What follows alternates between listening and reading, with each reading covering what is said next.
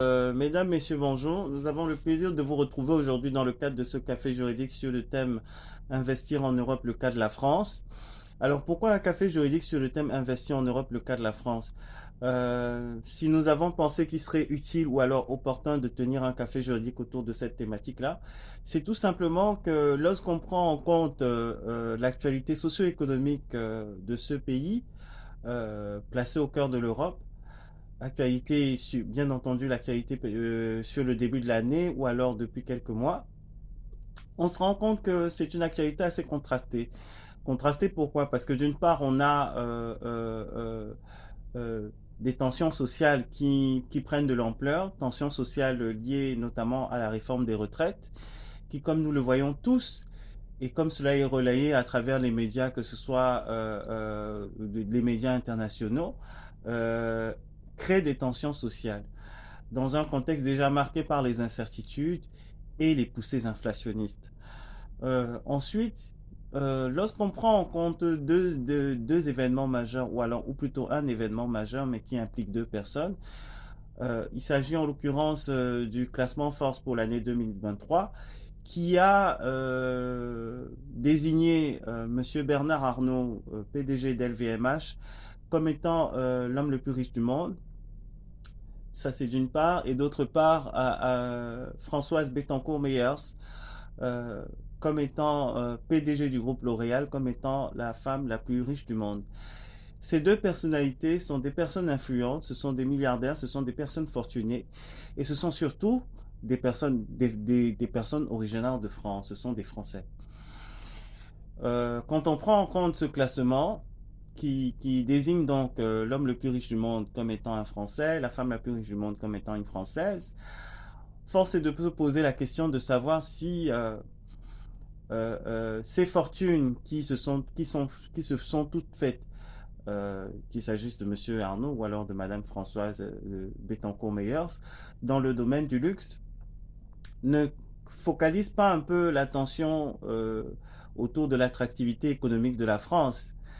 Donc c'est la mise en commun de tous ces éléments qui nous a déterminés à organiser cette rencontre que nous avons le plaisir de tenir aujourd'hui avec dans le panel initialement programmé d'un côté Stephen Charles, fondateur et président de Stephen Charles Conseil et Investissement.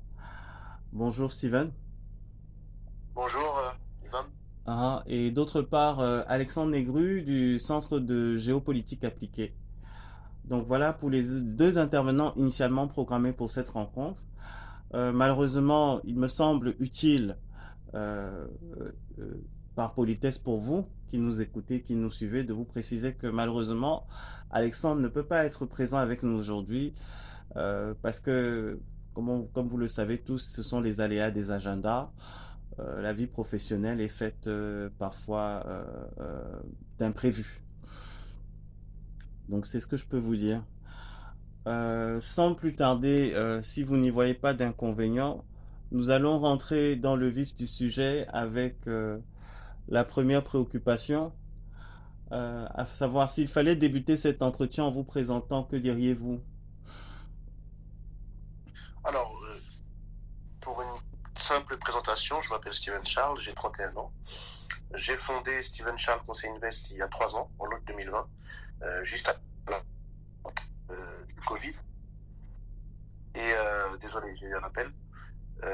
Du coup, je disais que j'ai fondé Steven Charles Conseil Invest à la sortie du Covid, en août 2020, car les gens pensaient que il était très très très très dangereux d'ouvrir une société à ce moment-là.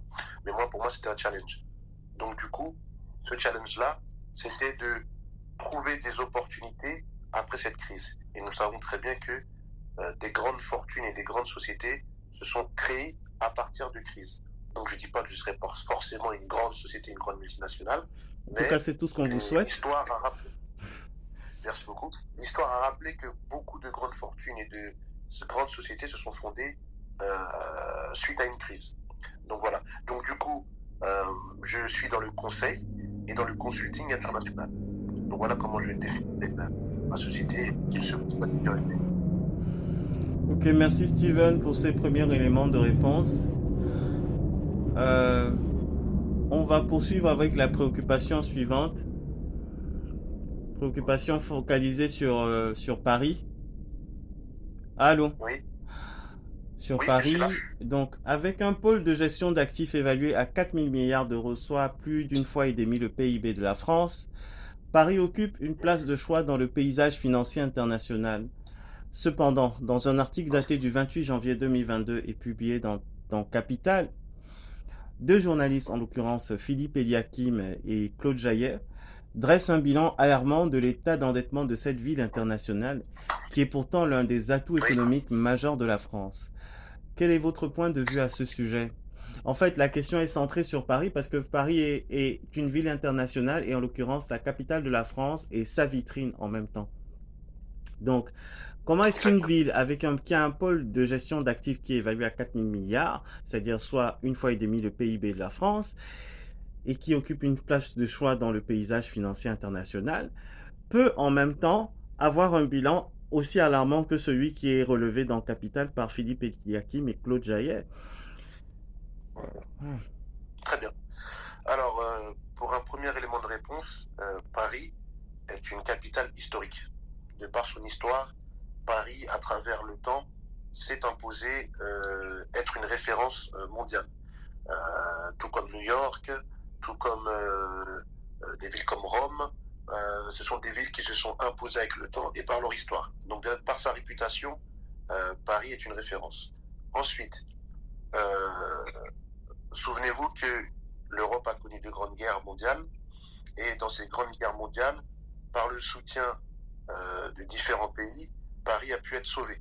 Donc de là, des investissements ont dû être faits et ont permis à Paris de trouver une place forte au sein du schéma mondial.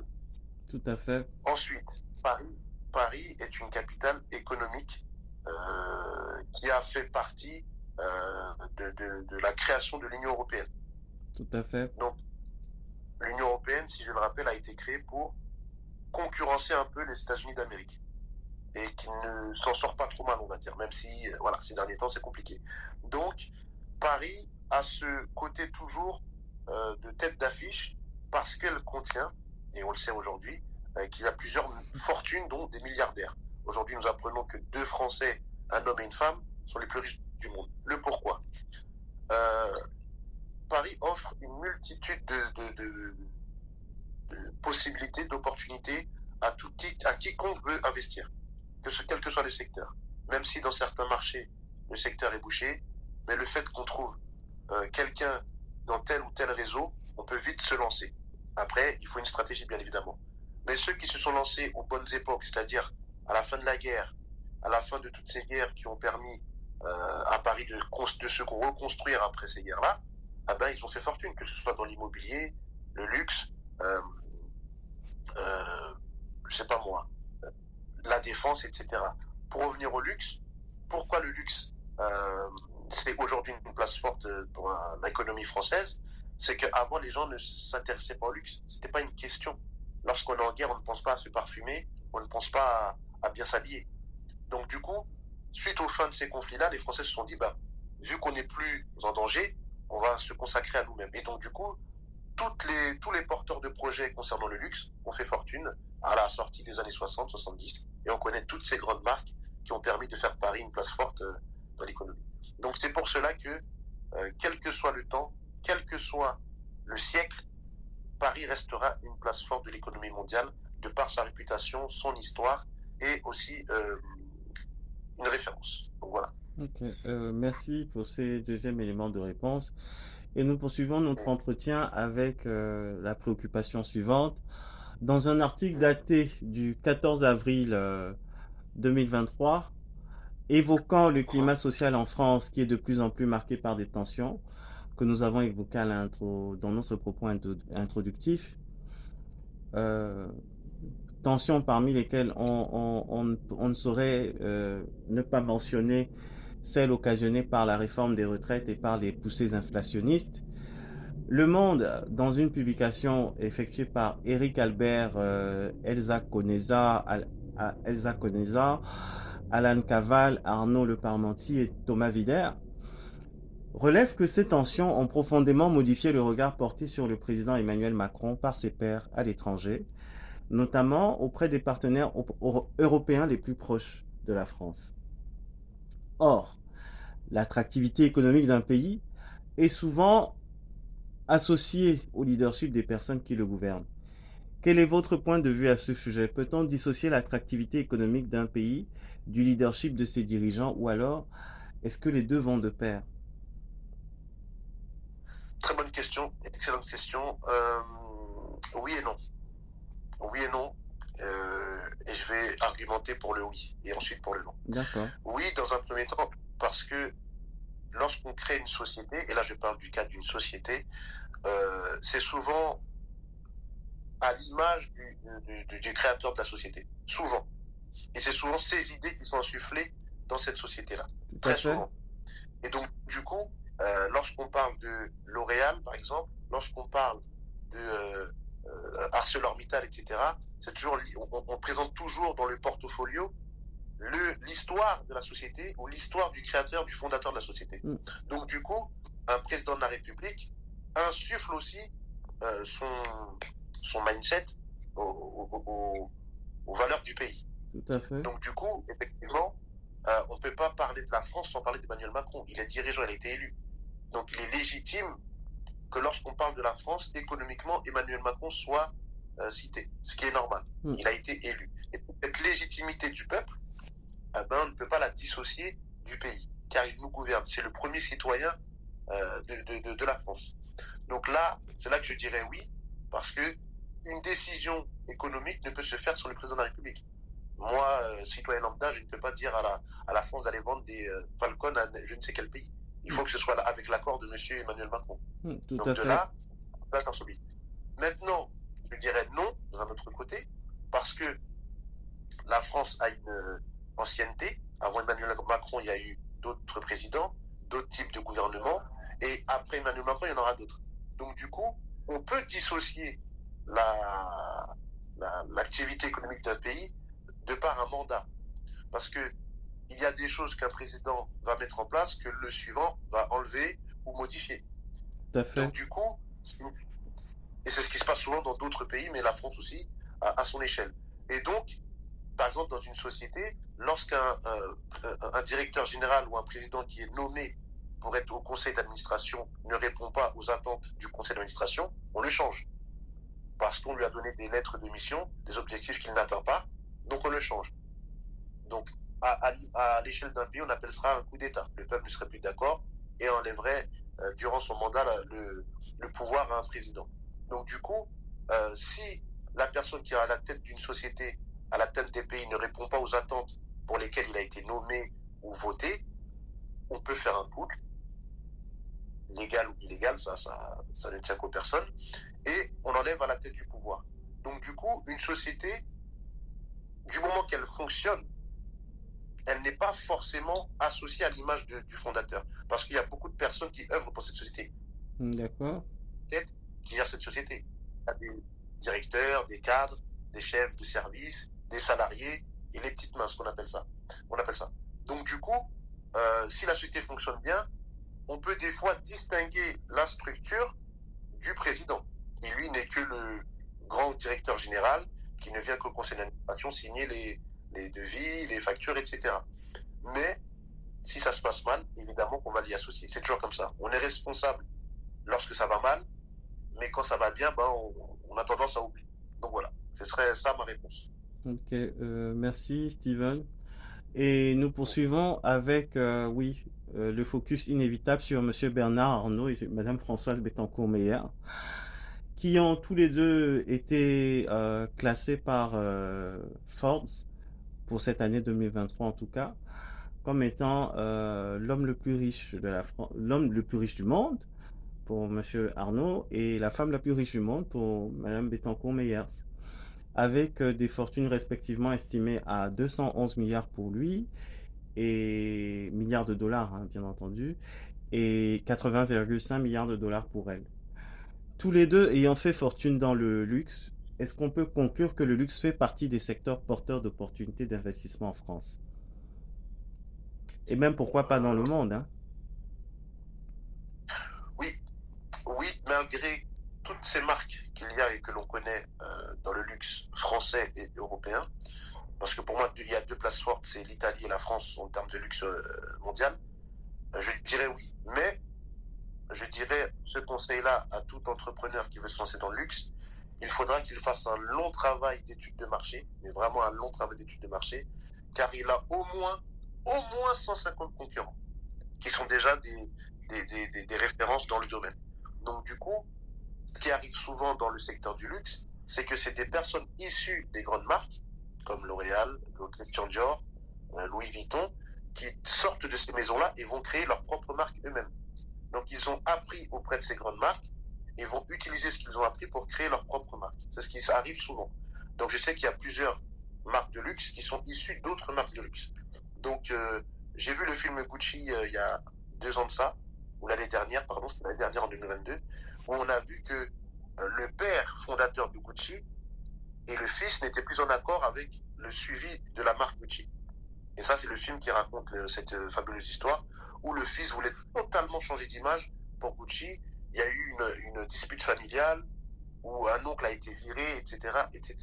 Donc, pour en revenir à la question, le luxe reste un secteur porteur parce que on souhaite toujours innover dans ce secteur-là, on souhaite toujours apporter des nouveautés parce que le luxe comporte la bijouterie, les produits de beauté, la parfumerie, la maroquinerie, donc on peut toujours apporter sa touche. Mais effectivement, avec tout ce qu'il y a déjà en place, il faut se dire qu'avant de se lancer dans ce marché-là, il faut apporter une plus-value, une distinction.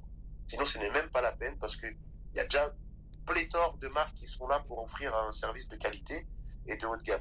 Donc ça reste porteur parce que quand on y trouve son filon, on va tout de suite devenir assez riche, mais il faut être sûr de son plan, sûr de sa stratégie. Donc voilà. Merci Steven et nous embrayons avec une autre préoccupation, celle-ci sur les secteurs porteurs d'opportunités d'investissement en France. Alors, BPI France a établi une liste dans laquelle on retrouve une liste des secteurs porteurs d'opportunités en France, d'investissement en France, hein. Et dans une liste dans laquelle on retrouve donc les secteurs suivants: l'agriculture et l'agroalimentaire, le luxe, les transports et la mobilité, l'industrie du futur et de la French Fab, l'eau, l'économie maritime, les énergies, l'art de vivre, la cybersécurité, la santé, les startups investies dans les clean tech, l'intelligence artificielle, la food tech, les industries créatives et culturelles, etc. Bon, on peut pas, la liste est quand même assez longue, hein. On peut pas citer tous les secteurs, mais c'est pour, bon, je pense quand même on a essayé de ratisser suffisamment large. Est-ce que vous partagez le point de vue de BPI France au sujet de ces différents secteurs d'activité? Je partage le point de vue de BPI France, car c'est des secteurs porteurs actuellement. Le pourquoi? Ils sont porteurs parce que les anciennes enseignes, pour certaines, n'ont plus le monopole. Je parle par exemple de la téléphonie. Avant en France, c'était France Télécom qui était l'unique opérateur pour lequel tous les Français devaient avoir un souscrit. Donc, certains ont perdu pied suite à la mise en place de certaines concurrences. Dans le secteur de l'agriculture, c'est pareil. Dans le secteur du maritime, c'est pareil. Donc, les différents gouvernements qui sont passés au pouvoir ont ouvert beaucoup de secteurs à la concurrence.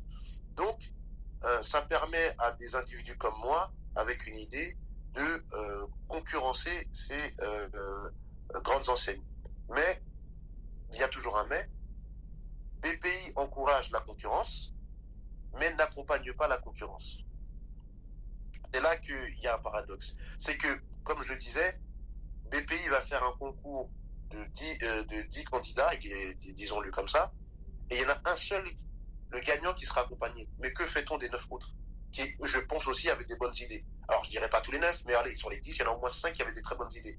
Donc, les 4 autres, on les laisse à l'abandon. Parce que on rappelle que pour un entrepreneur, il lui faut de l'argent, du temps et de l'accompagnement.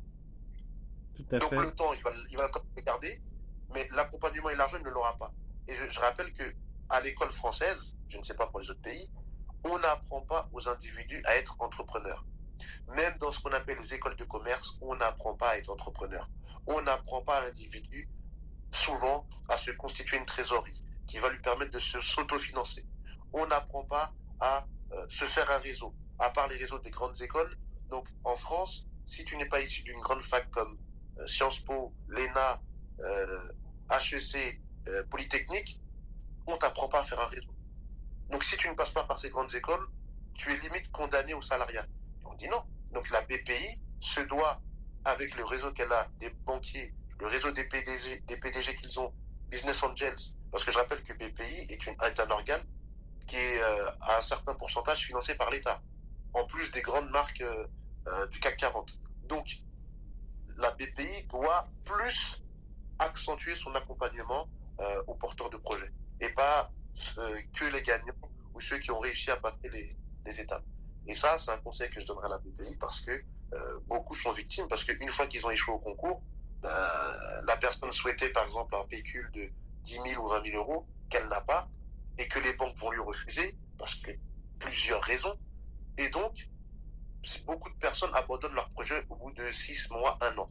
Et il y a une statistique qui dit que 95% des entreprises s'arrêtent au bout de la première année parce qu'ils ne voient pas de prévisionnel. Donc c'est ça que j'aimerais dire, c'est que oui, il y a beaucoup de secteurs de projets, mais tout nouveau entrant n'est pas accompagné. Donc voilà. Merci Steven pour cet élément d'éclairage. Et maintenant, une autre préoccupation concernant l'amélioration du climat des affaires en France. Pour bon nombre de professionnels du droit, parmi lesquels Maître Frédéric Chifflot-Bourgeois, avocate au barreau de Paris et arbitre international, les lourdeurs réglementaires et législatives, c'est-à-dire trop de textes, trop de lois, trop de textes, trop de lois, ont un effet contre-productif sur l'attractivité économique de la France. Est-ce que vous partagez ce point de vue? Oui, totalement. Totalement. En France, c'est l'administration tue. J'emploie des mots forts pour faire comprendre, parce que je suis citoyen de ce pays et je suis né dans ce pays. L'administration tue. Lorsque quelqu'un a une bonne idée, une très bonne idée, il a cette source de motivation, du génie de création. Mais lorsqu'il se confronte à la paperasse française, il faut avoir un mental très, très fort et d'acier pour continuer. Parce qu'on va te demander un papier pour respirer, un papier pour marcher, un papier pour exister, un papier pour... Il faut que tes parents ils se justifient de pourquoi ils sont arrivés en France, pourquoi la guerre. Non mais on te demande tout et ça ne concerne même pas le projet en question. Donc moi je ne comprends pas, lorsqu'on souhaite faire un projet, on te demande des choses qui ne sont pas en rapport avec le projet. Ça, c'est l'administration française. Et deuxièmement, le réseau. Le réseau fait que si tu ne connais pas quelqu'un dans tel ou tel organe, mon ami, soit tu vas prendre 3 ou 4 fois de plus de temps qu'un individu lambda, soit ton projet va s'arrêter net. Donc, on va tellement te fatiguer. Exemple, lorsqu'on veut déclarer ses impôts sociétaires, on n'est pas coaché pour ça. Et si on n'a pas le comptable qu'on paye par mois pour nous faire ces déclarations-là, un entrepreneur, il est perdu. Il est perdu. Et par exemple, si tu fais du chiffre d'affaires, on te demande tel expert comptable. C'est pas n'importe quel comptable. Ça, c'est une chose que j'ai appris aussi. Tu ne peux pas te référencer à telle ou telle comptabilité. Donc, toutes ces choses-là, soit on nous les donne avant de commencer, ou soit on nous les facilite lorsqu'on a commencé. Mais c'est pas pendant qu'on est en train de faire nos affaires que non, il fallait faire comme ça. Non, c'est comme ça. Non, c'est comme ça. Il vous faut tel papier. Il vous faut ceci, etc. Et je peux vous diriger vers d'autres de mes confrères dans le secteur. Tous, on a le même problème. Tous. Que ceux qui ont réussi, que ceux qui sont en cours de réussite, que ceux qui ont démarré, on a tous le même problème à chaque échelle. Voilà. Ok, merci pour cet autre élément d'éclairage. Et maintenant, une autre préoccupation, créer des opportunités en dépit de la crise. Pour vous, c'est une utopie ou une réalité? Réalité. C'est ce que je disais en introduction. Pour que d'autres gagnent, il faut que d'autres perdent. C'est la vie qui est comme ça. C'est la nature qui est comme ça. C'est le yin et le yang. Pour bien faire comprendre à ceux qui nous écoutent, c'est que pour que d'autres gagnent, il faut que d'autres perdent. Il y a une certaine hiérarchie. dans l'économie. Il y a bien d'autres qui se gavent là-haut, d'autres qui travaillent pour eux, et ceux qui sont tout en bas. C'est comme ça. Ça, on ne pourra pas le changer. Donc, du coup, lorsqu'il y a des crises financières économiques, par exemple, je prends celle des États-Unis en 32, si je ne dis pas de bêtises, en 32 ou 33, on a vu ce que les États-Unis sont devenus par la suite. Ils sont devenus une superpuissance mondiale, pour ne pas dire le numéro un. Et qu'ils aient quoi avec l'autre. Donc, je rappelle que il fallait un chariot de billets pour acheter une baguette à cette époque-là. Et aujourd'hui, le pays est le numéro un. Donc, il y a bien des choses, il y a bien des entrepreneurs qui ont profité de cette crise-là pour devenir des grosses fortunes, des grosses entités. Après, c'est une époque pénible. Pourquoi? Parce que il y avait tout à faire. Lorsqu'il y a tout à faire, eh ben, c'est là où des grands cerveaux ou des éclairs de génie se disent bon, ah ben ça, je vais faire ça, ça, je vais faire ça. Et c'est comme ça que se crée une société. Donc, du coup, la crise qu'on a subie en 2020, effectivement, que pour certains, dont moi, on en a profité. Parce qu'elle a relancé les cartes. Il y avait peut-être un certain monopole dans des secteurs, et puis on s'est engouffré dans ces secteurs-là. Parce que, évidemment, qu'il y a des structures qui sont obsolètes. Il y a des cas, par exemple, le patrimoine financier, exactement. Le patrimoine, euh, les services de patrimoine, par exemple, les cabinets ont toujours donné les mêmes types d'investissement. L'assurance, l'immobilier, dans l'ancien, les gens sont fatigués. Donc nous, on s'est engouffrés dans cette boucle-là. Les gens veulent gagner plus, comme tout individu. Donc, leur proposer des taux qui n'ont pas excédé 5-6% pour protéger leur fonds, et là, ils ont un peu marre. Ou sinon, l'assurance, etc. Donc, du coup, les nouvelles fortunes, ou même les grandes anciennes fortunes, se tournent vers d'autres choses pour améliorer et augmenter leurs fonds. Donc, c'est ça que la crise du Covid a permis à des individus comme nous de se lancer. Alors qu'on m'avait dit que j'étais complètement malade, que l'économie ne va pas se lancer, que là, c'est vraiment, il faut faire profil bas, etc. Pas du tout. Pas du tout. Mais, pour terminer la question, c'est pas parce qu'il y a des opportunités qu'il faut le lancer comme ça. Il faut toujours un plan, un prévisionnel. Sinon, tu vas couler. Ok, merci. S'il fallait citer trois éléments qui vous permettent de garder le sourire, de rester motivé malgré le contexte actuel marqué par les crises multiformes, ce seraient lesquels d'après vous? Alors, garder le sourire malgré toute cette crise, c'est un mindset qu'on doit s'auto-créer. Donc, s'auto-motiver, c'est vraiment se coacher soi-même parce que la vie d'entrepreneur est semée d'embûches.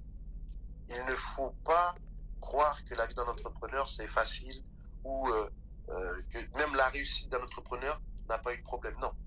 Tout entrepreneur a connu des embûches. Tous. À part ceux qui sont déjà issus de grandes familles, mais ceux qui se sont lancés comme ça ont tous connu des embûches. Donc du coup, tout se passe dans le cerveau. Tout se passe dans la confiance en soi. C'est là qu'il faut se dire, bon, ok, j'ai tel problème, j'ai tel obstacle, qu'est-ce que je vais mettre en place pour sauter cet obstacle? C'est tout simplement ça la vie d'entrepreneur. Il ne faut pas se dire que tout est bien, tout est nickel. Non, tout ne va pas rouler. Mais c'est ta motivation, ton mindset, ta confiance en soi qui va te dire, bon, je sais que là c'est un peu problématique, mais je vais trouver des solutions. Parce que la vie d'entrepreneur est rythmée par trouver des solutions. Tout le temps, tous les jours. Oui, pourquoi je suis bloqué là? Comment je vais atteindre ce contact? Comment je vais trouver l'argent? Parlons de l'argent, parce que c'est vrai, c'est le nerf de la guerre. Comment je vais trouver telle somme pour financer tel voyage? Comment je vais trouver telle somme pour m'acheter tel matériel? Comment je vais faire? Comment je vais mettre en place? C'est une succession de stratégies, une succession de réflexions. Et souvent, moi, c'est là que je rentre en jeu, tu as besoin d'un conseil extérieur. Donc, l'entourage, c'est là que je voulais y venir, un ami, une maman, un papa, un oncle, un collègue de travail, parce que des fois, on peut être entrepreneur, alors je ne sais pas pour les autres pays, mais on peut être entrepreneur et toujours salarié dans une société, un voisin, un confrère. Donc, il faut trouver le bon conseil auprès de la bonne personne.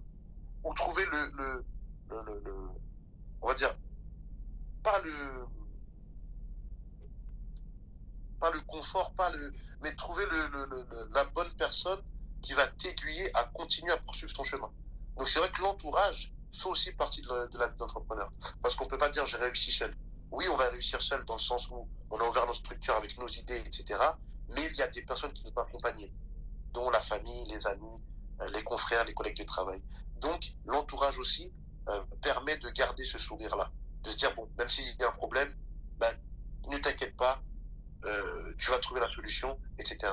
Donc ça aussi, être accompagné, pas forcément professionnellement, mais amicalement, c'est important. Et puis, troisième élément de réponse pour garder le sourire, c'est de se dire que si quelqu'un a pu le faire, je peux le faire. Et souvent, ce que je donne comme conseil à des amis qui se lancent, c'est de regarder dans leur secteur qui, de leur secteur, dans leur environnement, pardon, a réussi. Moi, par exemple, je viens de la banlieue française. Beaucoup de gens de banlieue ont réussi. Alors, je me suis dit, pourquoi pas moi? Alors, il faut être sûr du domaine, il faut être sûr de ses compétences, sûr de ses qualités et de ses pensées. Mais toujours de se dire, si lui a pu le faire, c'est que je peux le faire aussi avec mes moyens. C'est toujours ça. Et pas de se fermer les portes psychologiquement parce que des fois, ça se joue au mental. Donc, si on se dit, oh, c'est pas pour moi, oh, peut-être c'est pas fait pour moi, c'est là que psychologiquement, on se ferme des portes. Mais si on se dit, bon, pour lui l'a fait, pourquoi pas moi? Là, on peut avancer. Et c'est de là que on se dit, bon, il ne tente rien à rien, je vais le faire. Et puis, avec le temps, je vais trouver toutes ces solutions-là pour réussir au bout de mes objectifs. Donc voilà. Merci à vous, Steven, pour cet échange que vous avez accepté de nous accorder, malgré votre emploi du temps, votre agenda assez chargé. Euh, et nous en ressortons assez édifiés autour de la situation, autour de la préoccupation, autour de la thématique de ce café juridique, qui était la suivante: investir en Europe, le cas de la France. Pour résumer en quelques mots et assez brièvement ce que vous venez de nous dire, c'est que la France peut paraître contrastée, mais contraste lié à tous les éléments qu'on a cités dans notre propos introductif, mais elle reste un pays dans lequel il y a des opportunités d'investissement, notamment dans un certain nombre d'activités, agriculture, agroalimentaire, luxe immobilier, etc. Mais pour pouvoir saisir ces opportunités, pour pouvoir s'insérer de manière durable dans ces différents secteurs, il faudrait prendre le temps d'avoir une approche prévisionnelle et prudentielle qui permette d'évaluer avant de se lancer. Et vous ne manquez pas de nous rappeler qu'il ne faudrait pas perdre de vue que c'est pendant les crises que souvent des nouvelles fortunes émergent. Totalement. Donc ça, c'était vraiment pour résumer de manière assez globale les termes de notre échange, des échanges que nous avons eu avec vous dans le cadre de ce café juridique. Et encore merci à vous pour la disponibilité. Merci, monsieur. Merci à toi. Nous espérons pouvoir vous retrouver tout au long de cette année sur des cafés juridiques ou alors pour des entretiens autour d'autres thématiques. Je compte avoir aussi un co-panéliste afin de confronter mes idées parce que c'est très important de confronter ses idées. Oui. Donc, je compte bien avoir un prochain. C'est sûr. Bon, nous ne sommes pas maîtres des agendas des uns et des autres, mais bon, nous tâcherons nous tâcherons de faire des efforts dans ce sens-là. Ok. Et merci encore à vous et bon week-end. Merci pareillement. Bon week-end.